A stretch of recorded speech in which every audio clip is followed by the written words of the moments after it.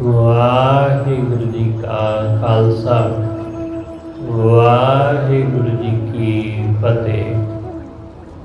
ਪਰਮ ਸਨਮਾਨਯੋਗ ਸਤਿਗੁਰਾਂ ਦੇ ਹਜ਼ੂਰ ਜੁੜ ਬੈਠੇ ਰੱਬ ਰੂਪ ਗੁਰਮੁਖ ਸਤਸੰਗੀ ਜਨ, ਸਤਿਗੁਰੂ ਜੀ ਦੀ ਬਖਸ਼ਿਸ਼ ਮਹਿਰਾਮਤ ਦਾ ਸਦਕਾ ਗੁਰੂ ਦਰ ਤੇ ਜੁੜਨ ਦਾ ਸੁਭਾਗ ਸਮਾਂ ਨਸੀਬ ਹੋਇਆ। ਸਤਿਗੁਰੂ ਜੀ ਦੀ ਇਲਾਹੀ ਅੰਮ੍ਰਿਤਮਈ ਬਾਣੀ ਦਾ ਕੀਰਤਨ ਗੁਰੂ ਕੇ ਪਿਆਰੇ ਕੀਰਤਨੀਆਂ ਪਾਸੋਂ ਆਪ ਜੀ ਨੇ ਸਰਵਣ ਕੀਤਾ। ਗੁਰੂ ਦਰ ਤੇ ਜੁੜ ਕੇ ਗੁਰੂ ਦੀ ਬਾਣੀ ਦੁਆਰਾ ਆਪਣੇ ਜੀਵਨ ਨੂੰ ਸਵਾਰਨ ਦਾ ਨਿਮਾਣਾ ਜਿਹਾ ਯਤਨ ਕਰ ਰਹੇ ਹਨ। ਸਤਿਗੁਰੂ ਗੁਰੂ ਅਰਜਨ ਦੇਵ ਮਹਾਰਾਜ ਅੱਜ ਦੇ ਇਸ ਪਾਵਨ ਬਚਨ ਅੰਦਰ ਸੋਝੀ ਦਿੰਦੇ ਹੋਏ ਸਾਨੂੰ ਸਮਝਾਉਂਦੇ ਨੇ। ਸਤਿਗੁਰੂ ਕਹਿੰਦੇ, ਜਿਨ੍ਹਾਂ ਨੇ ਵਾਹਿਗੁਰੂ ਦੇ ਚਰਨਾਂ ਦਾ ਆਸਰਾ ਲਿਆ, ਜਿਨ੍ਹਾਂ ਨੇ ਪਰਮੇਸ਼ਰ ਦੇ ਦਰ ਤੇ ਆ ਕੇ ਉਹਦਾ ਆਸਰਾ ਲੈ ਲਿਆ, ਉਹਦੇ ਦਰ ਦਾ, ਉਹਨਾਂ ਦੇ ਜੀਵਨ ਵਿੱਚ ਧੀਰਜ ਆਉਂਦਾ ਹੈ। ਸਤਿਗੁਰੂ ਕਹਿੰਦੇ, ਧੀਰਜ ਮਨ ਭਏ ਹਾਂ। ਉਹਨਾਂ ਦੇ ਮਨ ਵਿੱਚ ਧੀਰਜ ਆ ਗਿਆ। ਧੀਰਜ ਬਿਲਕੁਲ ਸਹਿਜ, ਸਰਲਤਾ, ਬੜੀ ਸਹਿਣਸ਼ੀਲਤਾ, ਉਹ ਐਸਾ ਧੈर्य ਨਾਲ, ਐਸਾ ਧੀਰਜ ਨਾਲ ਭਰ ਗਏ ਕਿ ਕਿਸੇ ਤਰ੍ਹਾਂ ਵੀ ਉਹਨਾਂ ਦਾ ਮਨ ਇੱਧਰ ਉੱਧਰ ਨਹੀਂ ਫਿਰ ਹੁੰਦਾ।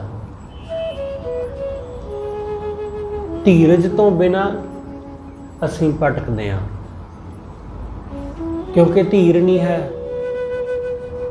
ਧੀਰਜ ਵਾਹਿਗੁਰੂ ਤੋਂ ਬਿਨਾਂ ਕਦੇ ਮਿਲਦਾ ਨਹੀਂ। ਪਰਮੇਸ਼ਰ ਤੋਂ ਬਿਨਾਂ ਕਦੇ ਧੀਰਜ ਹਾਸਲ ਨਹੀਂ ਹੁੰਦਾ।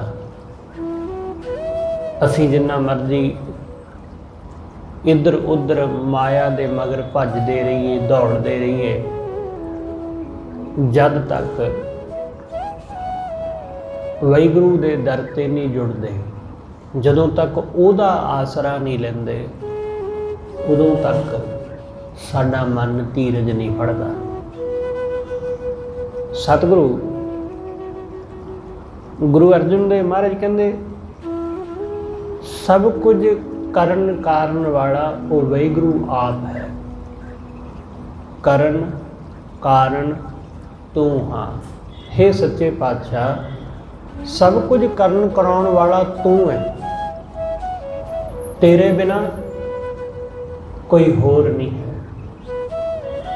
ਇਸ ਲਈ ਜਦ ਸਭ ਕੁਝ ਕਰਨ ਕਰਾਉਣ ਵਾਲਾ ਉਹੀ ਹੈ, ਤਾਂ ਫਿਰ ਕਿਸੇ ਹੋਰ ਦਾ ਡਰ ਕਾਹਦਾ।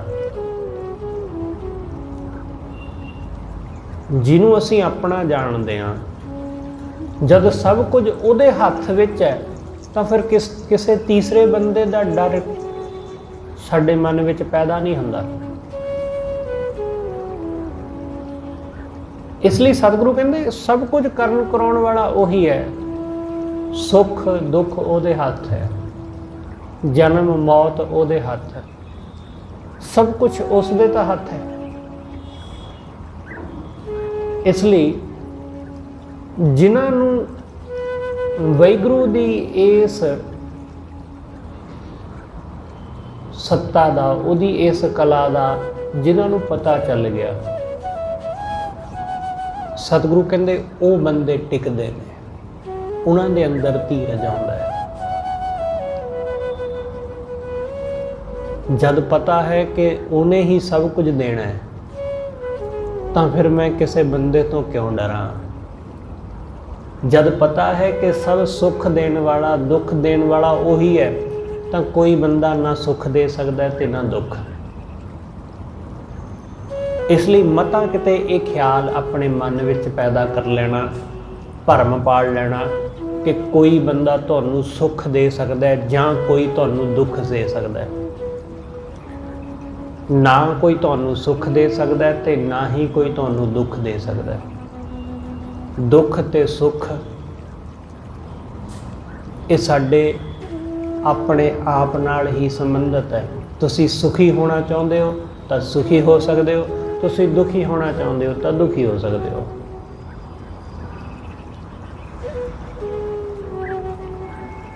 ਸੁਖੀ ਹੋਣ ਦਾ ਤੇ ਦੁਖੀ ਹੋਣ ਦਾ ਇੱਕੋ ਮੰਤਵ ਹੈ, ਇੱਕੋ ਮੰਤਰ ਹੈ। ਉਹ ਸੁਖੀ ਹੋਣਾ ਤਾਂ ਵਾਹਿਗੁਰੂ ਤੋਂ ਇਲਾਵਾ ਮਨ ਵਿੱਚ ਕੁਝ ਹੋਰ ਨਾ ਹੋਵੇ। ਦੁਖੀ ਹੋਣਾ ਤਾਂ ਪਰਮੇਸ਼ਰ ਨੂੰ ਛੱਡ ਕੇ ਮਨ ਵਿੱਚ ਜੋ ਮਰਜ਼ੀ ਪੈਦਾ ਕਰ ਲਵੋ ਜਾਂ ਬਣਾ ਲਵੋ, ਸਾਂਝ ਪਾ ਲਵੋ ਕਿਸੇ ਨਾਲ, ਦੁਖੀ ਹੋਵੋਗੇ। ਵਾਹਿਗੁਰੂ ਤੋਂ ਬਿਨਾਂ ਇਸ ਸੰਸਾਰ ਵਿੱਚ ਜਿਨ੍ਹਾਂ ਵੀ ਚੀਜ਼ਾਂ ਮਗਰ ਬੰਦਾ ਦੌੜਦਾ, ਚਾਹੇ ਉਹ ਕੋਈ ਪੁਰਸ਼ ਹੋਵੇ, ਕੋਈ ਇਸਤਰੀ ਹੋਵੇ, ਕੋਈ ਮਿੱਤਰ ਸੱਜਣ, ਰਿਸ਼ਤੇਦਾਰ, ਸਕਾ ਸੰਬੰਧੀ, ਪੈਸਾ, ਧਨ ਦੌਲਤ, ਜ਼ਮੀਨ ਜਾਇਦਾਦ, ਰੁਤਬੇ, ਅਹੁਦੇ, ਵਾਹਿਗੁਰੂ ਤੋਂ ਬਿਨਾਂ ਜਿੰਨੀਆਂ ਵੀ ਇਹ ਸਭ ਚੀਜ਼ਾਂ ਜਾਂ ਸਾਕ ਸੰਬੰਧ ਨੇ, ਇਹ ਸਭ ਇੱਕ ਦਿਨ ਬੰਦੇ ਦਾ ਸਾਥ ਛੱਡਦੀਆਂ ਹੀ ਆ। ਤੇ ਜਦੋਂ ਸਾਥ ਛੱਡਦੀਆਂ ਤਾਂ ਦਿੱਕਤ ਹੁੰਦੀ ਹੈ, ਦੁੱਖ ਹੁੰਦਾ ਹੈ। ਜਿਨ੍ਹਾਂ ਤੋਂ ਆਸਾਂ ਲਾਉਂਦੇ ਆ, ਜਦੋਂ ਉਹ ਆਸਾਂ ਤੇ ਪੂਰੇ ਨਹੀਂ ਉਤਰਦੇ ਤਾਂ ਦੁੱਖ ਹੁੰਦਾ ਹੈ। ਇਸ ਲਈ ਸੰਸਾਰ ਦੀ ਆਸ, ਸੰਸਾਰ ਦਾ ਧੀਰਜ, ਸੰਸਾਰ ਦਾ ਆਸਰਾ ਉਹ ਇੱਕ ਦਿਨ ਦੁੱਖ ਦਿੰਦਾ ਹੈ। ਜਿਨ੍ਹਾਂ ਨੇ ਨਿਰੰਕਾਰ ਦਾ ਆਸਰਾ ਲਿਆ ਉਹਨਾਂ ਨੂੰ ਕਦੇ ਦੁੱਖ ਨਹੀਂ ਪਹੁੰਚਦਾ, ਕਦੇ ਵੀ ਦੁਖੀ ਨਹੀਂ ਹੁੰਦੇ ਉਹ। ਇਸ ਲਈ ਸੰਸਾਰੀ ਹੋ ਕੇ ਨਿਰੰਕਾਰੀ ਹੋਣ ਦਾ ਯਤਨ ਕਰਨਾ। ਸੰਸਾਰੀ ਤਾਂ ਅਸੀਂ ਹੋ ਹੀ ਜਾਂਦੇ ਹਾਂ, ਜਨਮਦੇ ਹੀ ਅਸੀਂ ਸੰਸਾਰ ਵਿੱਚ ਹਾਂ ਤੇ ਜਨਮਦਿਆਂ ਸੰਸਾਰੀ ਹੋ ਜਾਂਦੇ ਹਾਂ। ਸੰਸਾਰੀ ਜਦੋਂ ਅਸੀਂ ਸੰਸਾਰ ਦੇ ਝਮੇਲਿਆਂ ਵਿੱਚ ਉਲਝਦੇ ਹਾਂ, ਜਦੋਂ ਅਸੀਂ ਕਾਮ ਕ੍ਰੋਧ ਵਿੱਚ ਉਲਝਦੇ ਜਾਂਦੇ ਹਾਂ, ਜਦੋਂ ਸਾਨੂੰ ਚੀਜ਼ਾਂ ਦਾ ਮੋਹ, ਚੀਜ਼ਾਂ ਦਾ ਲੋਭ, ਚੀਜ਼ਾਂ ਦੀ ਕਾਮਨਾ, ਚੀਜ਼ਾਂ ਦੀ ਵਾਸਨਾ ਉਹ ਸਾਡੇ ਮਨ ਨੂੰ ਜਕੜਨ ਲੱਗ ਜਾਂਦੀ ਹੈ, ਤਦੋਂ ਅਸੀਂ ਅਸਲ ਅਰਥਾਂ ਵਿੱਚ ਸੰਸਾਰੀ ਹੁੰਦੇ ਹਾਂ। ਇਹਨੂੰ ਹੀ ਮਾਇਆਧਾਰੀ ਗੁਰੂ ਸਾਹਿਬ ਕਹਿੰਦੇ ਨੇ। ਜਦੋਂ ਸੰਸਾਰ ਪੂਰੀ ਤਰ੍ਹਾਂ ਜਕੜ ਲਵੇ, ਮਾਇਆ ਜਦੋਂ ਸਾਨੂੰ ਪੂਰੀ ਤਰ੍ਹਾਂ ਜਕੜ ਲਵੇ, ਉਸ ਨੂੰ ਸੰਸਾਰੀ ਹੋਣਾ ਕਿਹਾ ਜਾਂਦਾ। ਇਸ ਲਈ ਸਤਿਗੁਰੂ ਕਹਿੰਦੇ ਜਿਨ੍ਹਾਂ ਨੂੰ ਇਹ ਸਮਝ ਆ ਗਈ ਕਿ ਇਹ ਮਾਇਆ ਵੀ ਪਰਮੇਸ਼ਰ ਦੀ, ਇਸ ਮਾਇਆ ਦਾ ਤਿਆਗ ਵੀ ਪਰਮੇਸ਼ਰ ਦਾ, ਇਹ ਸੰਸਾਰ ਵੀ ਉਹਦਾ ਤੇ ਨਿਰੰਕਾਰ ਵੀ ਉਹੀ ਹੈ। ਸਤਿਗੁਰੂ ਕਹਿੰਦੇ ਉਹ ਬੰਦੇ ਸਹਿਜੇ ਹੀ ਇਹਦੇ ਵਿੱਚੋਂ ਨਿਕਲ ਪੈਂਦੇ ਨੇ, ਸਹਿਜੇ ਹੀ। ਜਿਹਨੇ ਦੁੱਖ ਤੇ ਸੁੱਖ ਦੋਨਾਂ ਨੂੰ ਹੀ ਪਰਮੇਸ਼ਰ ਦਾ ਜਾਣ ਲਿਆ, ਉਹਨਾਂ ਦੇ ਲਈ ਇਹਨਾਂ ਦੋਨਾਂ ਤੋਂ ਮੁਕਤ ਹੋਣਾ ਈਜ਼ੀ ਹੋ ਗਿਆ, ਸੌਖਾ ਹੋ ਗਿਆ। ਅਸੀਂ ਇਹ ਸਮਝਦੇ ਹਾਂ ਅਸੀਂ ਸੁੱਖ ਲਈ ਤਾਂ ਉਹਦੇ ਅੱਗੇ ਅਰਦਾਸ ਕਰਦੇ ਹਾਂ, ਪਰ ਦੁੱਖ ਲਈ ਅੱਜ ਤੱਕ ਅਸੀਂ ਕਦੀ ਕਿਸੇ ਨੇ ਅਰਦਾਸ ਨਹੀਂ ਕੀਤੀ, ਪਰ ਦੁੱਖ ਫਿਰ ਵੀ ਆ ਜਾਂਦਾ ਹੈ ਬਿਨਾਂ ਬੁਲਾਇਆ। ਦੁੱਖ ਐਸਾ ਮਹਿਮਾਨ ਹੈ ਜਿਹਨੂੰ ਕਦੇ ਨਹੀਂ ਇਨਵੀਟੇਸ਼ਨ ਦਿੱਤਾ ਜਾਂਦਾ, ਜਿਹਨੂੰ ਕਦੇ ਨਹੀਂ ਬੁਲਾਇਆ ਜਾਂਦਾ, ਪਰ ਉਹ ਫਿਰ ਵੀ ਪਹੁੰਚ ਜਾਂਦਾ ਸਾਡੇ ਘਰ।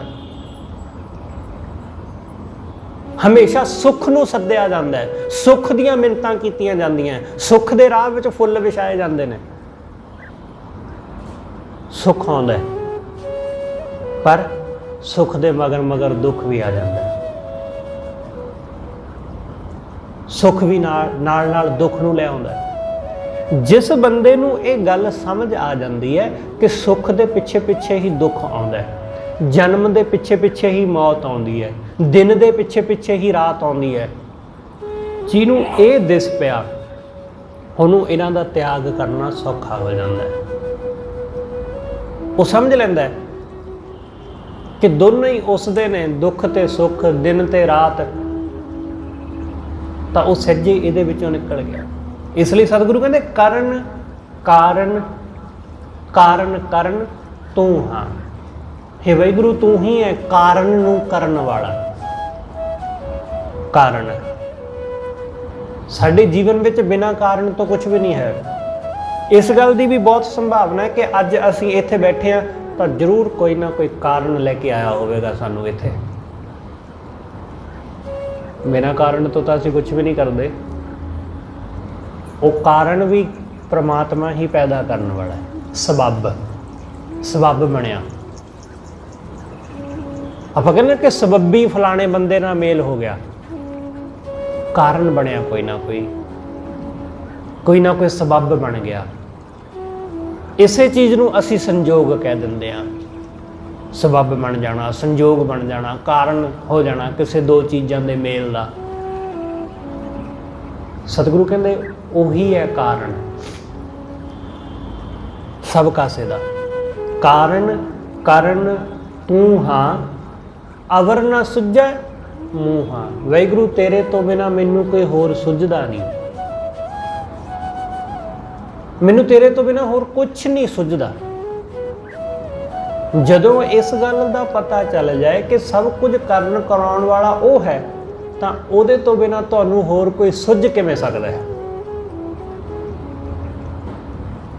जद दुख सुख देण वाला, जन्म मरण वाला, वो सब कुछ का मालक उही है, तो फिर उहदे तो बिना किसी दूसरे बंदे अगे हथ अड्डोगे किवें? किसी होर दे अगे नक रगड़ोगे किवें? जद उहदे तो बिना कोई होर है ही नहीं।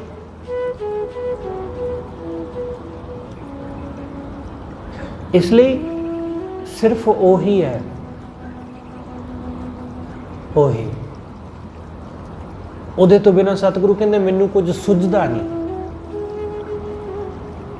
कि मैं किहदे अगे बेनती करा। होर कोई है ही नहीं। सतगुरु कहते तेरे वर्गा कोई होर नहीं है जिदे जाके मैं मिन्नतां कर लवां, तरले कर लवां। अवर न सुझै मूँ हाँ, करें सो होइए हाँ। सतगुरु कहते जो वाहिगुरू करदा है वो हो जाता है, उही हुंदा है। असी जो चाहते हैं बहुती दफा वो नहीं हुंदा। असी कई बारी अपने जीवन विच कई तरह दीयां अरदासां कीतियां, पर सारियां नहीं पूरियां होईयां। सारियां नहीं, वो पूरियां होणियां भी नहीं चाहिदियां सारियां। तुसीं कहोगे कि ये तो गलत गल तुसीं कह दित्ती कि इंज नहीं, इंज क्यों कह दित्ता? कदी गौर करो, जिन्ने भी इस धरती के उपर लोग वसदे ने, जिन्हां दा भी धर्म विच परमात्मा विच विश्वास है, उन्हां लोकां दीयां बेअंत अरदासां ने, बेअंत प्रार्थनावां ने।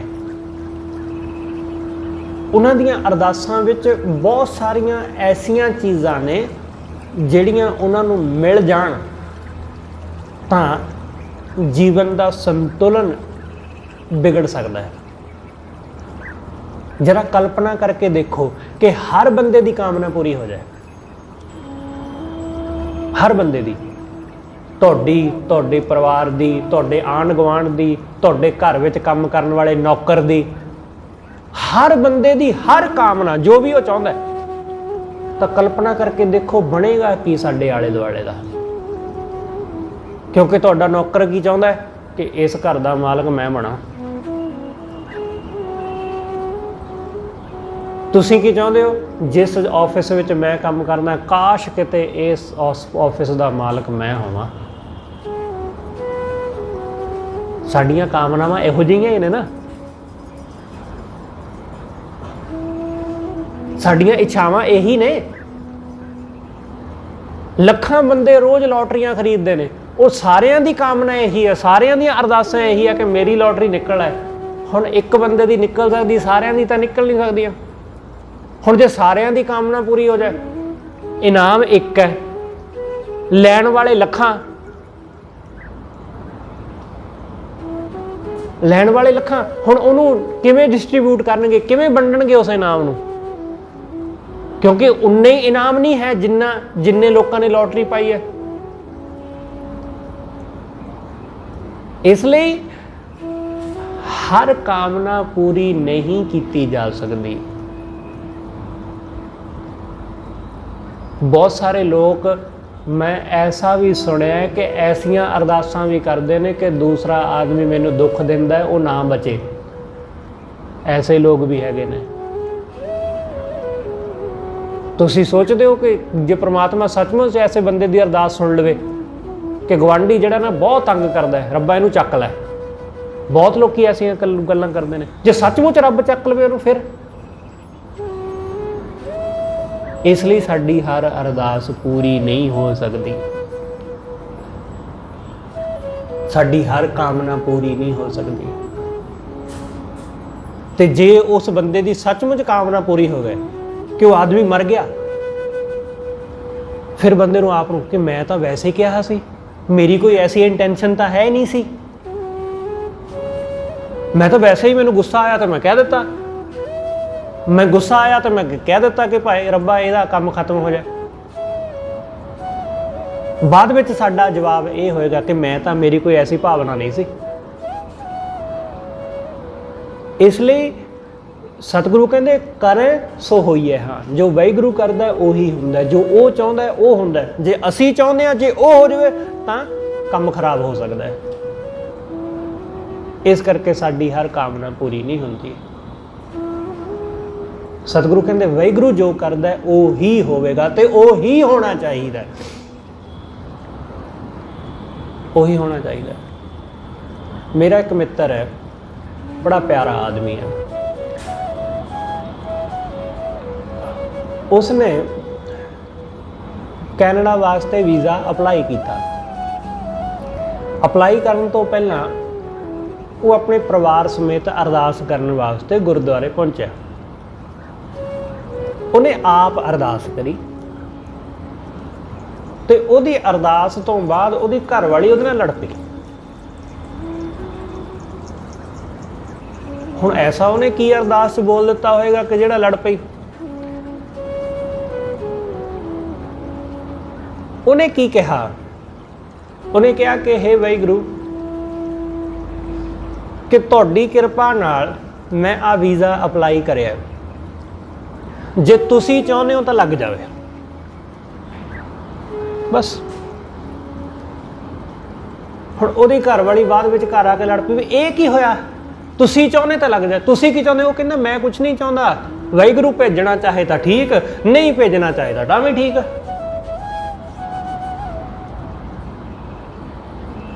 मेरी कोई मर्जी नहीं, जो वो करेगा होना वो है। मेरे चाहण या ना चाहण नाल की फर्क पैंदा है। सतगुरु कहंदे करे सो होई है। हाँ, होना वही है जो वाहिगुरू करदा है। इसलिए वीज़ा ना लगे उस तो बाद असी कहिए कि वाहिगुरू ने जो कीता जी चंगा, वो तो बाद विच हर कोई कह दिंदा है। वो तो कोई भी कह दिंदा है बाद विच कि जी रब नूं यही मंजूर सी। वो जिहड़ा कहना है वो अपने आप नूं हौसला देना हुंदा है। जिहड़ा पहलां उसने कहा अरदास विच कि वाहिगुरू तैनूं चंगा लगदा है मैनूं उत्थे भेजना तो ठीक है, नहीं चंगा लगदा ते तां भी ठीक है, तेरी मर्जी पूरी होवे। उस आदमी नूं वीज़ा लगा। जदों साडी भावना कुछ इस तरह की हुंदी है, असीं उहदे ते छड्ड दिंदे आ कि जो तू करेगा वो ठीक, फिर गल बनती है। सतगुरु कहते करें सो होई है। हाँ, जो वो करदा है वो ही हुंदा है। सहज सुख सोई है। हाँ, जिहड़े उस दे कीते विच राजी हो जाते, सतगुरु कहते सहज दी सुख दी नींद वो सौंदे ने। उन्होंने सुख दी नींद दा आनंद माणिया। सहज सुख सोई है। हाँ, हर कोई यही चाहुंदा है, असीं सब यही चाहुंदे आ सुख दी नींद होवे। वो गल वखरी है कि साडी सुख दी नींद दे मायने साडे अपने ने।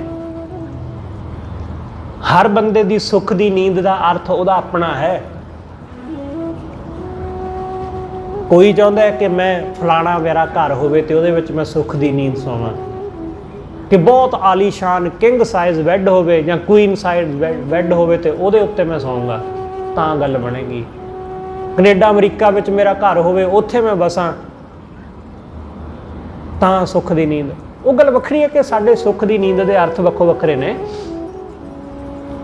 पर सुख दी नींद दा असल आनंद उन्हां नूं हासिल हुंदा है जिहड़े उस वाहिगुरू दे कीते विच राजी हो जांदे।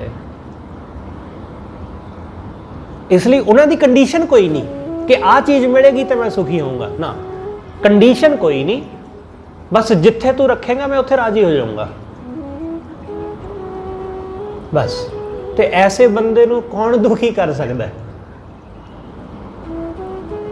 उन्होंने कौन दुखी कर सकता है कि जिथे है उत्थे राजी हो गया।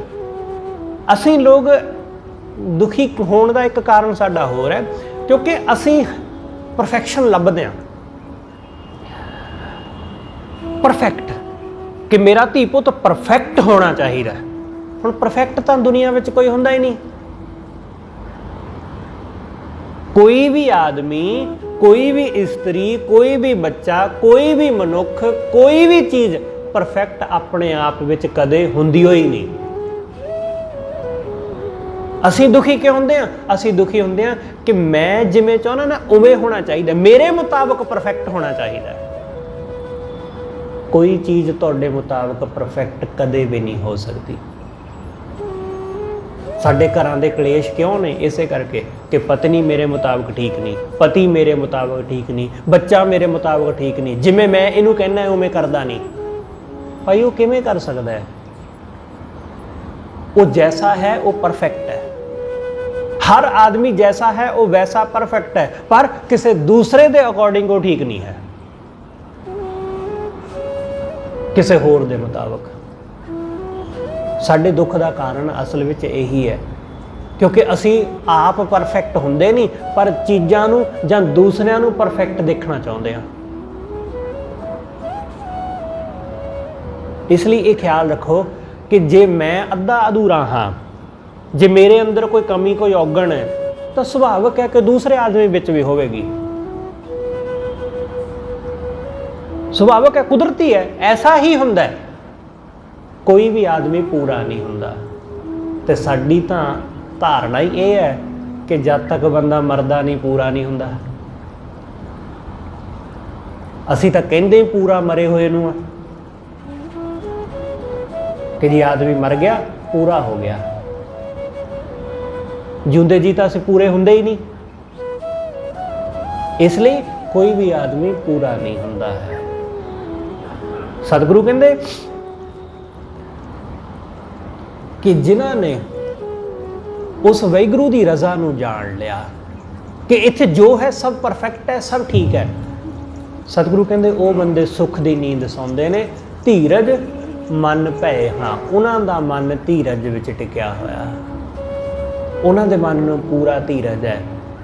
प्रभ कै दर पए मेरे मना, वो प्रभु दे दर पए ने। उन्होंने परमेश्वर का दर फकड़ लिया, उहदा दर फड़ लिया, बस उन्होंने धीरज संपूर्ण, ऐसा धीरज कि मन किसी तरह भी नहीं डोलता, मन किसी तरह भी नहीं भटकता। कुछ भी हो जाए मन डोलता ही नहीं, मन बिल्कुल सहज विच अडोल है। कोई चीज़ उहदे ध्यान नूं आकर्षित नहीं करती, आकर्षित करती है पर वासना वाले रूप ढंग नाल आकर्षित नहीं करती। तो चीज़ों को देखता है, वो रूप रंग देखता है, पैसा दौलत सब कुछ देखता है, पर उन्होंने वल नूं वो लोभी हो के उधर नूं नहीं जाता, उन्होंने हासिल करने की दौड़ वाल नूं नहीं लगता। इसलिए उसकी दृष्टि ऐसी, वो डोलदा नहीं, धीरज नाल भरिया होया। वाहिगुरू की शरण जिहड़ा पिया रहाओ। साधु संगमे हाँ, सतगुरु कहते साधु का संगम, गुरु का संग। संगम हुंदा मेल, कि मेल हो गया। तुसीं बहुत दफा सुनिया कि दो नदियां आपस में मिल गईयां ते आपस में मिल के की होईयां, एक आपस में मिल के भी वो वख वख रहीआं नहीं। तुसीं घरों तुरे तो तुसीं कुछ होर सी, जिन्ने भी आपां इत्थे बैठे आ। जदों गुरु दे दर आ गए साडा एक रूप हो गया, संगत।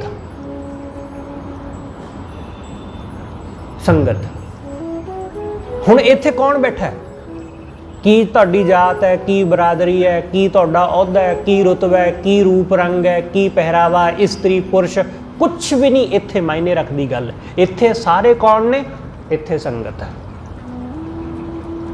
छोटा बड़ा, बच्चा बजुर्ग जवान कोई नहीं, इत्थे सब संगत है। इसलिए नदियां जदों निकलदियां ने आपो अपने टिकाणिਆਂ ਤੋਂ ਤਾਂ ਵੱਖ-ਵੱਖ ਹੁੰਦੀਆਂ, पर जदों वो जाके समंदर दे विच मिल जांदियां ਤਾਂ ਉਹਨਾਂ ਦਾ ਆਪਣਾ रूप नहीं बचदा। जे तुहाडा इत्थे बह के गुरु की संगत विच बह के भी कुछ ना कुछ अंदर बचिया होया ना, तो हाले मेल नहीं जे होया। किते ना किते हो सकता है अहंकार बचिया होवे, किते ना किते मैं थोड़ा डिफरेंट, मैं थोड़ा वखरा दूसरिਆਂ नालों, इस गल की भावना बची होवे। मेरा कोई रुतबा, मेरा कोई अहुदा, मैं किसी चीज़ का आगू, जे मन विच किते ना किते जरा जी भी किणका जिन्नी रेत दे कण तो भी अद्धा, उस तो भी अद्धा इन्ना कुछ भी जे साडे मन अंदर कुछ विचार कुछ ख्याल है तो संगम नहीं हुंदा, मेल नहीं हुंदा। असीं मिल के भी वखरे रह जांदे हां। जिवें पानी दे विच तेल दा कदे संगम नहीं ना हुंदा, वो वखरा ही झलकदा रहिंदा, उपरों वखरा ही दिसदा रहिंदा। साडी हालत भी ऐसी हो जाती है कि आउंदे जरूर आ संगत विच, बैठते जरूर आ रोज़ गुरु दे दर, पर उपरों उपरों नज़र आउंदे रहिंदे आ, जिवें पानी दे उत्ते तेल नज़र आउंदा रहिंदा है। संगम नहीं होया, मेल नहीं होया। इसलिए गुरु दे दर आके कुछ भी नहीं। हाँ, गुरु दे दर तो बाहर तक, दरवाजे तक असी कुछ वखरे सी। जिवें समंदर दे विच मिलण तो पहला नदी वखरी सी, पर जिमें मिल गई खत्म, समंदर का रूप हो गई। जिमें तुसीं गुरु दे दर आए, गुरु का रूप हो गए, हुण तुसीं बचे ही नहीं। ऐसा साधु संगम, ऐसा गुरु का संग होंदा। साधु संग में हाँ, गुरु दे संगम विच मिल जाना, गुरु दे बहण विच बह जाना, कीर्तन विच, कथा विच, गुरु की बाणी दे पाठ विच बह जाना, ਉਹਦੇ ਵਿੱਚ ਬਹਿ ਜਾਣ ਸਾਡੀਆਂ ਵਾਸਨਾਵਾਂ, ਬਹਿ ਜਾਵੇ ਸਾਡੇ ਅੰਦਰ ਦੇ ਔਗਣ। ਵਗਦਾ ਪਾਣੀ ਹੋਵੇ ਨਾ, ਨਦੀ ਵਗਦੀ ਹੈ, ਉਹਦੇ ਵਿੱਚ ਗੰਦਾ ਪਾਣੀ ਵੀ ਪਾ ਦਿਓ ਤਾਂ ਉਹ ਵੀ ਸਾਫ਼ ਹੋ ਜਾਂਦਾ। ਇਸ ਲਈ ਮਤਾਂ ਇਸ ਗੱਲ ਦਾ ਖਿਆਲ ਕਰੋ ਕਿ ਤੁਹਾਡੇ ਅੰਦਰ ਔਗਣ ਨੇ, ਪਾਪ ਨੇ, ਵਿਕਾਰ ਨੇ, ਵਾਸ਼ਨਾਵਾਂ ਨੇ, ਡਜ਼ਨਟ ਮੈਟਰ, ਕੋਈ ਫਰਕ ਨਹੀਂ ਪੈਂਦਾ ਇਸ ਗੱਲ ਨਾਲ। ਗੁਰੂ ਇੱਕ ਐਸਾ ਬਹਿਣ ਹੈ ਜਿਹਦੇ ਵਿੱਚ ਬਹਿਣ ਨਾਲ ਪਾਪੀਆਂ ਦੇ ਪਾਪ ਵੀ ਧੋਤੇ ਜਾਂਦੇ ਨੇ। इसलिए गुरु दे बहन विच खुद नूं बहन देना, गुरु निर्मल कर देगा। निर्मल पानी नाल मिल के गंदा पानी भी साफ हो जाता है। इस करके सतगुरु कहते साधु संग में हाँ, गुरु दा संग, गुरु दे संग विच असीं इस तरह पवित्र हो जाते हैं। पूर्ण संजम हाँ, पूर्ण संजम गुरु तो हासिल होंदा है। पूर्ण संजम, एक संजम है दिखावा, पखंड कि जी मैं फलानी चीज़ नहीं खांदा, संजम रखा होया। मैं फलाना कपड़ा नहीं पाउंदा, काला कपड़ा नहीं पहनदा, मैं फलानी चीज़ नहीं अपने घर रखदा। कोई कहे कि मैं इस्त्री का संग नहीं करदा, मैं इस्त्री के हथों कोई चीज़ लैके नहीं खांदा, मैं अपने बंदियां तो ही जिहड़ी कम्यूनिटी नाल जां जिहड़ी जथेबंदी नाल मेरा संबंध है, मैं उन्हां दे हत्थ दी बनी हुई चीज़ खांदा। मैं दूसरियां दी, दूसरे जथेबंदियां तो जां दूसरे लोकां दे हत्थ दी बनी चीज़ नहीं खांदा। ये संजम तां पखंड है, इनू संजम नहीं कहते। संजम है कि किसी दूसरे दी कीती हुई निंदा चुगली मैं सुनदा ही नहीं, सुन के मैं इग्नोर कर दिंदा। संजम तो आ है, किसी दूसरे ने आके बुराई करी तुहाडे कोल, तुसीं सुन के इग्नोर कर दिता कि मैं सुनदा ही नहीं। उन्होंने कह दो कि भाई मेरे को ये गल्लां ना कराया कर, मेरे को आना जी सदके आ, 1 घंटा 2 घंटा जिन्नी देर बहना बह, सारा दिन बह जा, पर इधर उधर दीयां गल्लां नहीं करनियां दूसरियां दीयां।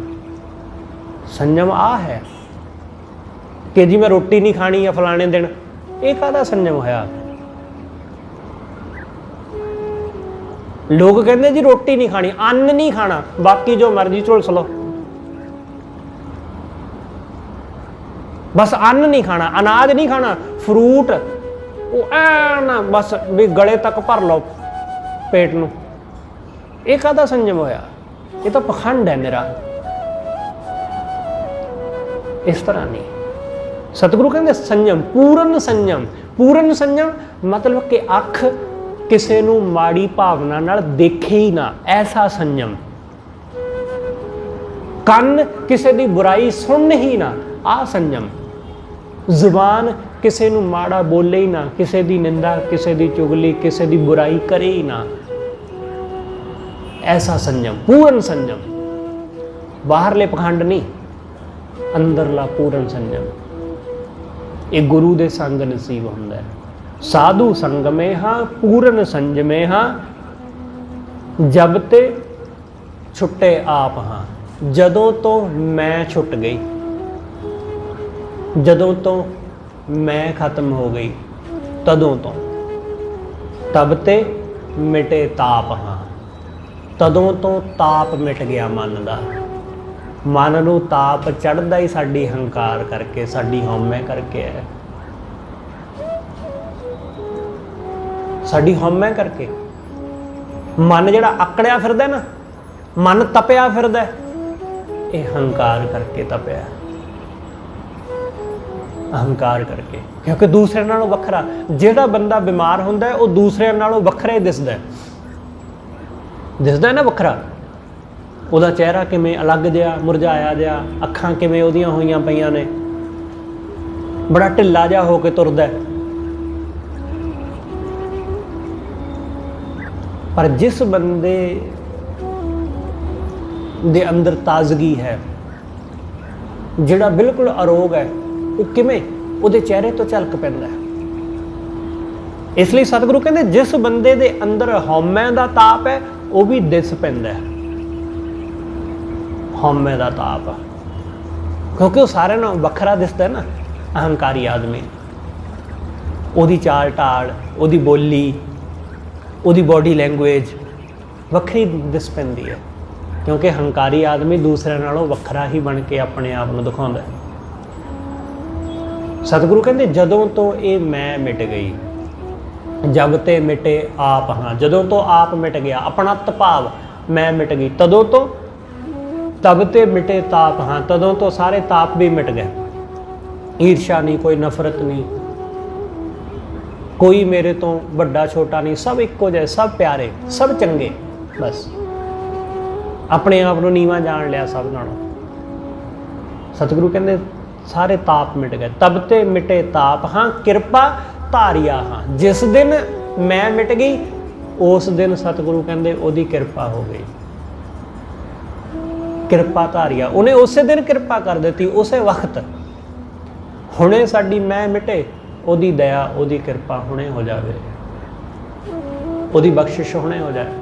किरपा धारिया हाँ, पत रख बनवारिया मेरे बना। हे सच्चे पातशाह, तू किरपा कर साडी पत रख। हे मन, वो वाहिगुरू तां पत रखदा है ਜਦੋਂ ਅਸੀਂ ਆਪਣੇ ਅੰਦਰ ਦੀ ਮੈਂ ਮਿਟਾ ਲੈਂਦੇ ਹਾਂ, ਸਾਧੂ ਦੇ ਸੰਗ ਜੁੜਦੇ ਹਾਂ, ਸੰਜਮ ਧਾਰਨ ਕਰ ਲੈਂਦੇ ਹਾਂ, ਆਪਣੇ ਅੰਦਰ ਦੇ ਤਾਪ ਨੂੰ ਹਉਮੈ ਮਿਟਾ ਕੇ ਖਤਮ ਕਰ ਲੈਂਦੇ ਹਾਂ, ਤਦੋਂ ਉਹਦੀ ਕਿਰਪਾ ਹਾਸਲ ਹੁੰਦੀ, ਤਦੋਂ ਉਹ ਸਾਡੀ ਪੱਤ ਰੱਖਦਾ ਹੈ। ਤਦੋਂ ਇਹ ਸੁੱਖ ਜਾਣੀਏ ਹਾਂ। ਸਤਿਗੁਰੂ ਕਹਿੰਦੇ ਇਹ ਸੁੱਖ ਜਾਣ ਲਿਆ ਕਿ ਇਹ ਸੁੱਖ ਉਹਦੀ ਸ਼ਰਨ ਤੋਂ ਬਿਨਾਂ ਕਿਤੋਂ ਮਿਲਦਾ ਨਹੀਂ। ਇਹ ਸੁੱਖ ਉਹਦੇ ਚਰਨਾਂ ਨਾਲ ਜੁੜੇ ਬਿਨਾਂ ਕਦੇ ਹਾਸਲ ਨਹੀਂ ਹੁੰਦਾ। ये सुख जानिए हाँ, हर करे सो मानिए हाँ। जो वाहिगुरू करे मैं उसनूं मनदा, वो जो करदा चंगा करदा, मैं ये गल मनदा, मैं ये गल प्रवान करदा कि वाहिगुरू ने जो भी कीता हुण तक, जां जो भी वो करेगा, जो भी वो कर रहा है, वो भला, वो सब भला। इसलिए सतगुरु कहते हर करे सो मानिए हाँ, मंदा ना है कोई हाँ। कोई आदमी इत्थे मंदा नहीं है, इत्थे कोई बुरा नहीं है, कोई इत्थे आदमी माड़ा नहीं है, सब चंगे ने। मंदा ना है कोई, किसे नूं मंदा ना जानो। तुसी उस बंदे दी सिचुएशन देखो, ਅਸੀਂ ਨਾ ਹਮੇਸ਼ਾ, ਸਾਡੀ ਦਿੱਕਤ ਇਹੀ ਹੈ, ਅਸੀਂ ਹਮੇਸ਼ਾ ਆਪਣਾ ਹੀ ਪੱਖ ਦੇਖਦੇ ਹਾਂ, ਹਮੇਸ਼ਾ ਹੀ। ਅਸੀਂ ਕਦੀ ਦੂਸਰੇ ਬੰਦੇ ਦਾ ਪੁਆਇੰਟ ਆਫ ਵਿਊ, ਉਹਦਾ ਪੱਖ ਅਸੀਂ ਕਦੀ ਵੀ ਨਹੀਂ ਵੇਖਿਆ, ਨਾ ਵੇਖਣ ਦੀ, ਜਾਣਨ ਦੀ ਕਦੇ ਕੋਸ਼ਿਸ਼ ਕੀਤੀ। ਜਦੋਂ ਤੁਸੀਂ ਦੂਸਰਿਆਂ ਨੂੰ ਦੂਸਰਿਆਂ ਦੇ ਹਿਸਾਬ ਨਾਲ ਦੇਖੋਗੇ ਤਾਂ ਤੁਹਾਨੂੰ ਲੱਗੇਗਾ ਕਿ ਉਹ ਬੰਦਾ ਵੀ ਆਪਣੀ ਥਾਂ ਠੀਕ ਹੀ ਹੈ। ਗਲਤ ਇੱਥੇ ਕੋਈ ਵੀ ਨਹੀਂ ਹੈ। ਹਰ ਬੰਦੇ ਅੰਦਰ ਕਿਤੇ ਨਾ ਕਿਤੇ ਜਰਾ ਜੀ ਸਚਾਈ ਜ਼ਰੂਰ ਹੁੰਦੀ ਹੋਈ ਹੈ। ਪੂਰੀ ਤਰ੍ਹਾਂ ਕਦੇ ਕੋਈ ਗਲਤ ਨਹੀਂ ਹੁੰਦਾ ਤੇ ਪੂਰੀ ਤਰ੍ਹਾਂ ਕਦੇ ਕੋਈ ਸਹੀ ਨਹੀਂ ਹੁੰਦਾ। ਜਿਹੜਾ ਵੀ ਪੂਰਾ ਹੋ ਗਿਆ, ਚਾਹੇ ਗਲਤ ਵਿੱਚ ਚਾਹੇ ਸਹੀ ਵਿੱਚ, ਉਹ ਰੱਬ ਹੋ ਗਿਆ। ਚੇਤੇ ਰੱਖਣਾ, ਜਿਹੜਾ ਕੋਈ ਗਲਤ ਕਰਨ ਵਿੱਚ ਪੂਰਾ ਹੋ ਗਿਆ, ਜੀ ਹਾਂ ਜੀ ਇਹ ਗਲਤ ਵਿੱਚ ਪੂਰਾ ਹੈ, ਉਹ ਵੀ ਪ੍ਰਮਾਤਮਾ ਹੋ ਨਿਬੜਦਾ ਹੈ। ਤੇ ਜਿਹੜਾ ਸਹੀ ਵਿੱਚ ਪੂਰਾ ਹੋ ਗਿਆ, ਉਹ ਵੀ ਪ੍ਰਮਾਤਮਾ ਹੋ ਜਾਂਦਾ ਹੈ। ਇੱਥੇ ਨਾ ਕੋਈ ਪੂਰੀ ਤਰ੍ਹਾਂ ਗਲਤ ਹੈ ਤੇ ਨਾ ਕੋਈ ਪੂਰੀ ਤਰ੍ਹਾਂ ਸਹੀ ਹੈ। ਪੂਰੀ ਤਰ੍ਹਾਂ ਕੋਈ ਗਲਤ ਨਹੀਂ ਹੈ। ਜਿਹੜਾ ਆਦਮੀ ਤੁਹਾਨੂੰ ਗਲਤ ਲੱਗਦਾ ਹੈ ਨਾ, ਕਿ ਇਹ ਆਦਮੀ ਗਲਤ ਹੈ, ਜਰਾ ਗੌਰ ਨਾਲ ਉਹਨੂੰ ਦੇਖੋ, ਉਹਦੇ ਤਰਕ, ਉਹਦੀਆਂ ਗੱਲਾਂ, ਉਹਦੀਆਂ ਵਿਚਾਰਾਂ ਧਿਆਨ ਨਾਲ ਸੁਣੋ, ਉਹਨਾਂ ਨੂੰ ਸਮਝੋ, ਫਿਰ ਤੁਹਾਨੂੰ ਸਮਝ ਆਏਗੀ ਕਿ ਗੱਲ ਤਾਂ ਇਹ ਵੀ ਕੁਝ ਠੀਕ ਕਹਿੰਦਾ ਹੈ। ਹਾਂ, ਇਹਦਾ ਢੰਗ ਗੱਲ ਕਰਨ ਦਾ ਥੋੜ੍ਹਾ ਵੱਖਰਾ ਹੈ। ਇਸ ਲਈ ਗਲਤ ਇੱਥੇ ਦੁਨੀਆ ਵਿੱਚ ਕੋਈ ਵੀ ਨਹੀਂ ਹੁੰਦਾ। ਗਲਤ ਸਿਰਫ ਸਾਡਾ ਦੇਖਣ ਦਾ ਢੰਗ ਹੁੰਦਾ ਹੈ। ਗਲਤ ਸਾਡੀ ਸੋਚ ਹੁੰਦੀ ਹੈ, ਜਿਹੜੀ ਇਹ ਮੰਨ ਕੇ ਬੈਠੀ ਹੈ ਕਿ ਮੈਂ ਹੀ ਸਹੀ ਹਾਂ। ਗਲਤ ਇਹ ਹੁੰਦਾ। ਇਸ ਲਈ ਗੁਰਮੁਖ ਭਗਤ ਉਹ ਆਪਣੇ ਆਪ ਨੂੰ ਕਦੀ ਨਹੀਂ ਕਹਿੰਦਾ ਮੈਂ ਚੰਗਾ, ਉਹ ਕਹਿੰਦਾ ਜੀ ਦੁਨੀਆ ਚੰਗੀ, ਦੂਸਰੇ ਚੰਗੇ, ਮੈਂ ਨਹੀਂ। ਉਹ ਆਪਣੇ ਆਪ ਨੂੰ ਮੰਦਾ ਕਹਿ ਕੇ ਰਾਜ਼ੀ ਹੋ ਜਾਂਦਾ ਹੈ। ਸਤਿਗੁਰੂ ਕਹਿੰਦੇ ਮੰਦਾ ਨਾ ਹੈ ਕੋਏ ਹਾਂ, ਸੰਤ ਕੀ ਰੇਨ ਹੋਏ ਹਾਂ। ਸਭ ਦੇ ਚਰਨਾਂ ਦੀ, ਸਾਧੂ ਦੇ ਚਰਨਾਂ ਦੀ ਰੇਣ ਹੋ ਜਾ। ਆਪਣੇ ਆਪ ਨੂੰ ਰੇਣ ਜਾਣ ਲੈ। ਸੰਤ ਕੀ ਰੇਨ ਹੋਏ ਹਾਂ, ਆਪ ਜਿਸ ਰੱਖਿਆ ਹਾਂ। ਜਿਹਨੂੰ ਵਾਹਿਗੁਰੂ ਆਪ ਹੱਥ ਦੇ ਕੇ ਰੱਖਦਾ ਹੈ, ਜਿਹਦੇ ਤੇ ਉਹ ਆਪ ਕਿਰਪਾ ਕਰਦਾ ਹੈ, ਤਿਸ ਸਭ ਕਿਛ ਤਿਸ ਸੁਝੈ ਹਾਂ। ਉਹਨੂੰ ਸਭ ਕੁਝ ਸੁੱਝ ਜਾਂਦਾ ਹੈ, ਉਹਨੂੰ ਸਭ ਕਾਸੇ ਦੀ ਸੋਝੀ ਹੋ ਜਾਂਦੀ ਹੈ। ਜਿਸ ਕਾ ਨਾ ਹੈ ਕੋਏ ਹਾਂ, ਜਿਸ ਬੰਦੇ ਦਾ ਕੋਈ ਨਹੀਂ ਹੈ, ਤਿਸ ਕਾ ਪ੍ਰਭੂ ਸੋਏ ਹਾਂ। ਹੁਣ ਇਹਦਾ ਮਤਲਬ ਇਹ ਨਹੀਂ ਹੈ ਕਿ ਜਿਹੜਾ ਬੰਦਾ ਅਨਾਥ ਹੈ ਪ੍ਰਮਾਤਮਾ ਉਹਦਾ ਹੁੰਦਾ ਹੈ। ਕਈ ਵਾਰੀ ਅਸੀਂ ਐਸਾ ਅਰਥ ਲੈ ਲੈਂਦੇ ਹਾਂ ਕਿ ਜਿਸ ਬੰਦੇ ਦਾ ਨਾ ਮਾਂ, ਨਾ ਬਾਪ, ਨਾ ਭੈਣ, ਨਾ ਭਾਈ, ਕੋਈ ਉਹਦਾ ਸਾਕ ਸੰਬੰਧੀ ਨਹੀਂ, ਉਹਦਾ ਪ੍ਰਮਾਤਮਾ ਹੋਇਆ। ਉਹ ਇੱਕ ਅਲੱਗ ਗੱਲ ਹੈ, ਉਹ ਇੱਕ ਅਲੱਗ ਵਿਸ਼ਾ ਹੈ। ਪਰ ਇੱਥੇ ਕਿਸੇ ਦਾ ਕੋਈ ਨਹੀਂ ਹੋਣ ਦਾ ਮਤਲਬ ਕੀ ਹੈ ਕਿ ਜਿਸ ਕਾ ਨਾ ਹੈ ਕੋਈ ਹਾਂ, ਜਿਸ ਦਾ ਕੋਈ ਨਹੀਂ ਹੈ। ਇਹਦਾ ਮਤਲਬ ਕੀ ਹੈ? ਇਹਦਾ ਮਤਲਬ ਕਿ ਜਿਸ ਬੰਦੇ ਨੇ ਇਹ ਜਾਣ ਲਿਆ ਕਿ ਮੇਰੀ ਰੂਹ ਦਾ, ਮੇਰੀ ਜਿੰਦ ਦਾ ਆਸਰਾ ਕੋਈ ਨਹੀਂ ਹੈ, ਜਿੰਦ ਦਾ ਸਾਥੀ ਕੋਈ ਨਹੀਂ, ਸਭ ਸਰੀਰ ਦੇ ਸਾਥੀ ਨੇ, ਭੈਣ ਭਾਈ, ਪਤਨੀ, ਬੱਚੇ, ਪਰਿਵਾਰ, ਸਭ ਇਹ ਸਰੀਰ ਦੇ ਸਾਥੀ ਨੇ। ਸਰੀਰ ਮਰੇਗਾ, ਇਹਨਾਂ ਦਾ ਸਾਥ ਛੁੱਟ ਜਾਏਗਾ। ਜਿਹਨੇ ਇਹ ਜਾਣ ਲਿਆ ਕਿ ਮੇਰੀ ਰੂਹ ਦਾ ਸਾਥੀ ਕੋਈ ਵੀ ਨਹੀਂ ਹੈ, ਸਤਿਗੁਰੂ ਕਹਿੰਦੇ ਵਾਹਿਗੁਰੂ ਉਹਦਾ ਸਾਥੀ ਬਣਦਾ। ਤਿਸ ਕਾ ਪ੍ਰਭੂ ਸੋਏ ਹਾਂ। ਪ੍ਰਭੂ ਉਹਦਾ ਸਾਥੀ ਬਣਦਾ, ਪਰਮੇਸ਼ਰ ਉਹਦਾ ਸਹਾਰਾ ਹੁੰਦਾ। ਜਿਹਨੇ ਇਹ ਜਾਣ ਲਿਆ ਕਿ ਮੈਂ ਅਨਾਥ, ਸਰੀਰ ਦੇ ਮਾਂ-ਬਾਪ ਹੈਗੇ ਨੇ, ਸਰੀਰ ਦੇ ਸਾਥੀ ਹੈਗੇ ਨੇ, ਪਰ ਜਿਹਨੇ ਅੰਤਰਾਤਮਾ ਨੂੰ ਜਾਣ ਲਿਆ ਕਿ ਤੇ ਅਨਾਥ ਹੈ, ਇਹਦਾ ਤਾਂ ਕੋਈ ਹੈ ਹੀ ਨਹੀਂ, ਪ੍ਰਭੂ ਉਹਦਾ ਬਣਦਾ। ਤਿਸ ਕਾ ਪ੍ਰਭੂ ਸੋਏ ਹਾਂ, ਅੰਤਰਗਤ ਬੁੱਝੈ ਹਾਂ। ਜਿਹਨੇ ਅੰਤਰਗਤ ਨੂੰ ਬੁੱਝ ਲਿਆ, ਅੰਦਰੋਂ ਜਿਹਨੇ ਜਾਣ ਲਿਆ, ਸਤਿਗੁਰੂ ਕਹਿੰਦੇ ਉਹ ਅੰਤਰਗਤ ਬੁੱਝੈ ਹਾਂ, ਸਭ ਕਿਛ ਤਿਸ ਸੁਝੈ ਹਾਂ, ਪਤਿਤ ਉਧਾਰ ਲੈ ਹੋ ਹਾਂ। ਉਹ ਵਾਹਿਗੁਰੂ ਪਤਿਤਾਂ ਦਾ, ਪਾਪੀਆਂ ਦਾ ਵੀ ਉਧਾਰ ਕਰ ਲੈਂਦਾ। ਨਾਨਕ ਅਰਦਾਸ ਇਹ ਮੇਰੇ ਮਨਾ। ਸਤਿਗੁਰੂ ਕਹਿੰਦੇ ਵਾਹਿਗੁਰੂ ਦੇ ਚਰਨਾਂ ਦੇ ਵਿੱਚ ਇਹ ਅਰਦਾਸ ਹੈ ਕਿ ਹੇ ਸੱਚੇ ਪਾਤਸ਼ਾਹ, ਅਸੀਂ ਪਤਿਤ ਹਾਂ, ਪਾਪੀਆਂ, ਤੂੰ ਕਿਰਪਾ ਕਰਕੇ ਸਾਡਾ ਉਧਾਰ ਕਰ ਲੈ। ਤੂੰ ਕਿਰਪਾ ਕਰਕੇ ਸਾਨੂੰ ਆਪਣੇ ਚਰਨਾਂ ਨਾਲ ਜੋੜ ਲੈ। ਤੇਰੀ ਕਿਰਪਾ, ਤੇਰੀ ਦਇਆ ਤੋਂ ਬਿਨਾਂ ਸਾਡਾ ਉਧਾਰ ਨਹੀਂ ਰਹਿਣਾ। ਤੂੰ ਰਹਿਮਤ ਕਰ। ਸਤਿਗੁਰੂ ਰਹਿਮਤ ਬਖਸ਼ਿਸ਼ ਕਰੇ ਕਿ ਸਾਨੂੰ ਉਹ ਆਪਣੇ ਚਰਨਾਂ ਨਾਲ ਜੋੜ ਲਵੇ। ਉਹਦੇ ਚਰਨਾਂ ਨਾਲ ਜੁੜ ਕੇ ਹੀ ਸਾਡਾ ਉਧਾਰ ਹੋਵੇਗਾ, ਉਹਦੇ ਚਰਨਾਂ ਨਾਲ ਜੁੜ ਕੇ ਹੀ ਸਾਡਾ ਉਹਦੇ ਨਾਲ ਸੰਗਮ ਹੋਵੇਗਾ, ਉਹਦੇ ਚਰਨਾਂ ਨਾਲ ਜੁੜ ਕੇ ਹੀ ਹਰ ਅੰਮ੍ਰਿਤ ਸੋ ਚੱਖੈ ਮੇਰੇ ਮਨਾ, ਉਹਦਾ ਨਾਮ ਅੰਮ੍ਰਿਤ ਸਾਨੂੰ ਪ੍ਰਾਪਤ ਹੋਵੇਗਾ, ਉਹਦੇ ਤੋਂ ਬਿਨਾਂ ਨਹੀਂ। ਇਸ ਲਈ ਸਤਿਗੁਰੂ ਇਹ ਰਹਿਮਤ, ਇਹ ਬਖਸ਼ਿਸ਼ ਸਭ ਦੇ ਉੱਪਰ ਕਰੇ। ਹੋਈਆਂ ਭੁੱਲਾਂ ਦੀ ਖਿਮਾ ਸਤਿਗੁਰੂ ਜੀ ਅਤੇ ਆਪ ਸਰਬੱਤ ਸੰਗਤ ਬਖਸ਼ਣ ਦਿਓ। ਭੁੱਲਾਂ ਨਾ ਚਤਾਰਦੇ ਹੋਏ ਆਖੋ ਜੀ ਵਾਹਿਗੁਰੂ ਜੀ ਕਾ ਖਾਲਸਾ ਵਾਹਿਗੁਰੂ ਜੀ ਕੀ ਫਤਿਹ।